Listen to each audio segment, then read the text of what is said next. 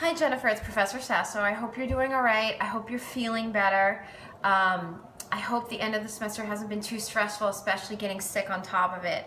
My suggestion maybe for this class, if you know that sickness is hanging on, or you're feeling like you fell behind, is to maybe just concentrate on this one story. If you haven't written the second story yet, you really only have to revise one for the portfolio.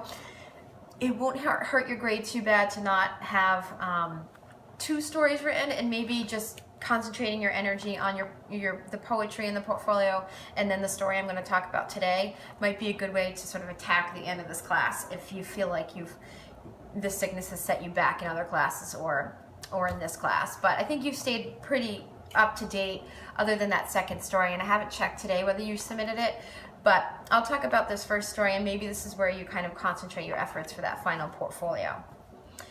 So I really love this story. I love what you did with it. I love that you put us like smack in the center of the jungle at the beginning.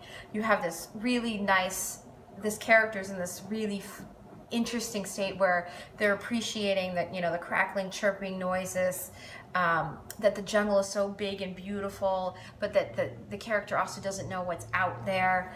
So there's this mix in the character of feeling both, awed by the beauty of this place, but also, they're terrified. And this really nice line about, wishing for their mother. We don't know how old this character is yet, but anybody in situations where they're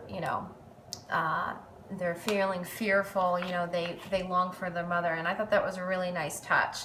I might look for a place to break the scene into two paragraphs, or a few paragraphs, so that your readers can sort of come up for air, and those breaks in paragraphs help them do that. So the first place I might do that is right after everything will be all right, just be brave. And then maybe my parents longed for this African safari as the beginning of the next paragraph. I think that might be a nice breaking point. Then again, you throw your character directly into action where she sees the gorilla perched on a rock, and the gorilla begins to come close to her, and now we figure out she's 8 years old. Now she's running through the forest away from a black gorilla. So we are in the scene immediately.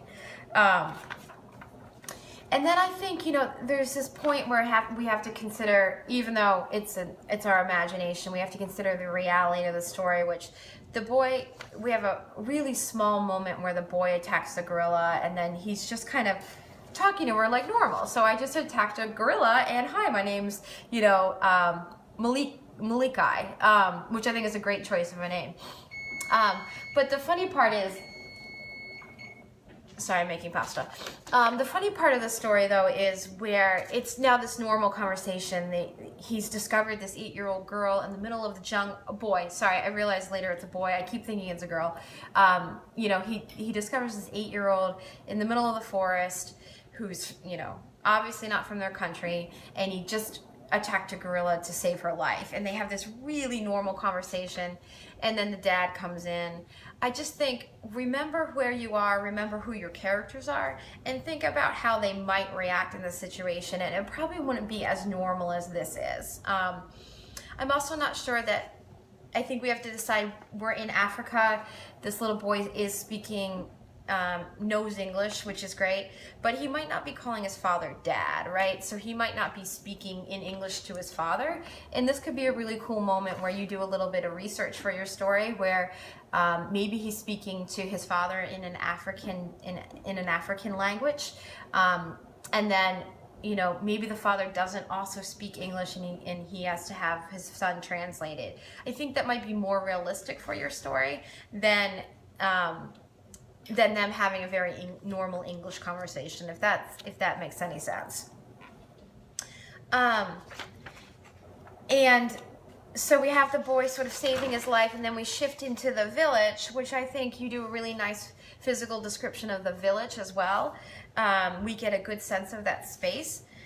I just wonder, in the second scene 2 and 3 then, we don't have any climax in the story, right? So we have this moment where a little boy, is sort of stumbling into this village. They're being kind to him, which is great. But he's an 8-year-old in an African village where he's probably not the culture probably looks very different to him, and he's probably more scared than he seems. Even though they're being nice to him, it's still a group of people that's behaving much differently than he would probably see in his own life. So I wanted a little bit more fear in him, a little more tension, where maybe things aren't going to go exactly as planned. And then they make the decision that they're going to go back they're going to go back and try to find the family at the end of this scene. And you also have this moment where the little 8-year-old is thinking, I was envious of their lifestyle, which I'm not sure how much 8-year-olds don't have a lot of, we have a lot of reflective ability as adults, but 8-year-olds don't have that same ability to have something be happening to them and be thinking about it at the same time. So I would remind yourself that it's an 8-year-old and how an 8-year-old would realistically feel in this moment, which they probably don't use words like envious, and they probably don't know enough at that point to just, their probably main instinct at that moment is just to see their mom again and probably be away from, this culture that they don't understand. So I think you can play with a little tension there. It seems like everything's happening sort of too nicely in the story, if that makes sense. And then the second scene is supposed to sort of build the tension in the story, and then the third scene is supposed to let that tension dissipate in some type of resolution. So I wonder, we have a moment then that suddenly the mom appears. They don't have to go into the woods. They don't have to go into the jungle again. But I wonder if you set your characters off on a little journey, those two boys together, where you send them back into the jungle, and maybe that's where they see the gorilla. Maybe the gorilla doesn't happen in the first scene, but it happens when they go into the village. They go out into the jungle to find the mom in the second scene, so that's a high moment of tension. Gorilla's attacking, the boys fear for their lives, the one boy saves the other, and then you have a moment of tension, and then maybe the mother comes after that, and then you have a resolution. So, and I think you have a lovely little resolution too. I think it's beautiful. The mom, who contrasts, her pale skin and everything contrasts who he's been interacting with, and then, they hold hands and they walk back with the uniformed police officers, and there's a feeling of safety at the end of the story. But I think the second scene does have to climax, and maybe it's that you shift the gorilla moment to the second scene, if that makes any sense. I love your description. I think you have a nice voice. I'd say main suggestions for me is that you you don't have to write scene 1, 2, and 3 either. You can now just let the story run as is. And I would try to break each scene into paragraphs so we can come up for air. I also would say just really remember that you're talking through an 8-year-old present tense in an 8-year-old's head, and they may not have all the sophisticated language and thoughts that your character has right now.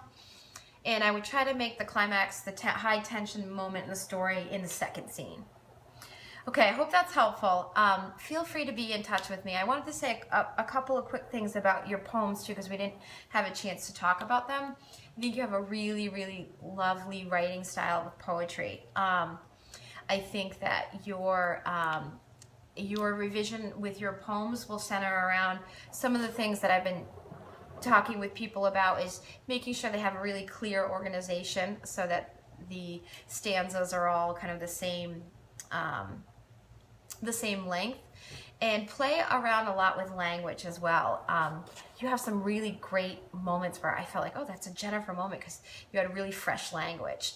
Really push the limits of the language. Try not to fall back into any of that sort of cliche language. Poetry really is made to be that we're saying things about love and relationships in ways that we haven't said them before. But I do think yours was some of the freshest poetry I read in the class. So I was excited to talk to you about it. And if you want a quick phone call about those poems, we can talk about those as well. Okay, Jennifer, good luck finishing up. Let me know if you need anything else from me, and really maybe just concentrate your efforts on the revision of your poetry in this story, and I hope you feel better. Okay, bye.